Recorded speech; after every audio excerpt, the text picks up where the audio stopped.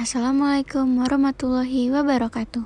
Kami dari kelompok 1 ingin menampilkan sebuah drama hikayat yang berjudul Indra Bangsawan. Pada suatu hari di sebuah hutan tersebutlah perkataan seorang raja yang bernama Indra Bangsawan. Ia berasal dari negeri Kobat Syahrial. Ia sedang sedih merunuk.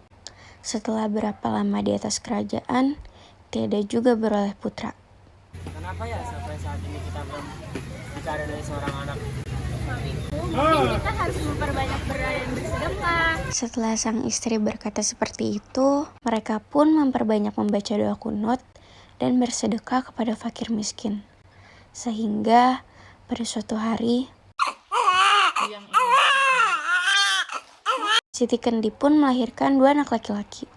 Ia pun memberi nama kedua anak laki-laki itu, Syahperi dan Indra Bangsawan. Beberapa tahun kemudian, kedua anak tersebut tumbuh menjadi anak yang muda dan gagah, sehingga membuat Indra Bungsu pun sangat bingung untuk memutuskan siapa yang akan menggantikannya kelak ia tidak ada nanti. Bagaimana ini?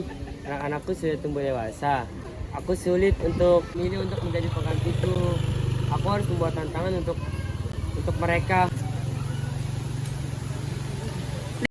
Sesampainya di rumah, ia pun menceritakan kepada kedua anaknya. Indra Bungsu pun berkata, "Anak-anakku, ayah pernah bertemu dengan seorang pemuda yang memegang bulu perindu. Siapa yang bisa menemukan pemuda itu, bahkan mendapatkan bulu perindu, maka akan ayah angkat menjadi seorang raja." Setelah mendengar hal itu, Syahperi dan Indra Bangsawan pun pergi mencari seorang pemuda itu. Ayo kita cari bulu perindunya. Hingga pada suatu hari, datanglah hujan badai yang memisahkan Syahperi dan Indra Bangsawan. Setelah berpisah dengan saudaranya, Syahperi pun berserah diri kepada Tuhan. Ya Tuhan, berikan kemenangan diriku kepadamu, berilah aku petunjuk. Setelah meminta petunjuk kepada Tuhan, Syahperi pun pergi ke sebuah hutan. Sampainya di hutan, ia terkejut melihat ada sebuah gentong di tengah hutan, di mana di tempat itulah ia bertemu dengan seorang Ratnasari. Siapa kamu? Hai, aku Ratnasari. Mengapa kamu ada di gentong ini? Negeriku diserang oleh Garuda. Oleh karena itu orang tuaku memasukkanku ke dalam gentong ini. Setelah mereka berkenalan, Syahperi pun mulai menaksir dengan Ratnasari. Di saat ia ingin menikahkan Ratnasari, datanglah sosok Garuda.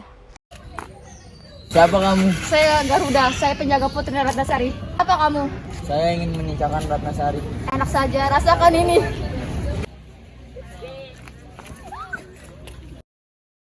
Maukah kamu menikah denganku? Ya, aku mau. Kemudian Syahperi dan Ratnasari pun menikah. Kemudian nasib Indra Bangsawan, tengah perjalanan, Indra Bangsawan bertemu dengan nenek tua. Nenek tua itu menyuruh Indra Bangsawan untuk cepat menemui Raja Takbir. Barang siapa yang menemukan siswa anak harimau, maka saya akan nikahkan dengan putri Kumalasari. Indra Bangsawan pun pergi ke sebuah hutan untuk menemui raksasa. Raksasa, di mana engkau? Ada apa engkau mencari saya? Aku di sini, aku ke sini mau mencari susu anak harimau untuk putri Kumalasari. Ayo ikut saya. Setelah mendapatkan susu anak harimau itu, Indra Bangsawan pun bergegas pergi ke istana. Setelah sesampainya di istana, Indra Bangsawan pun memberi susu anak harimau itu ke Raja Takbir. Ayah, kau kenapa masih bersedih? Wahai anakku, aku ingin pergi ke depan. Aku sedang kacau. Saat Raja sedang menenangkan pikiran, tiba-tiba ada seorang orang yang tidak dikenal menculik Putri Kumalasari. Saat kembali ke istana, Raja terkejut melihat di istana tidak ada putrinya. Indra, di mana engkau? Siap Raja, ada apa? Aku diculik oleh orang yang tidak dikenal. Bisakah kamu menemuinya? Bisa Raja, siap. Aduh, Putri. Bodoh banget sih kamu sampai bisa aku culik. Setelah itu, Indra bangsawan melihat putri sedang diikat.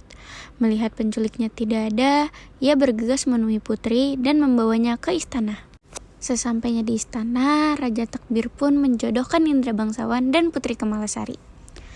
Esokannya mereka pun menikah.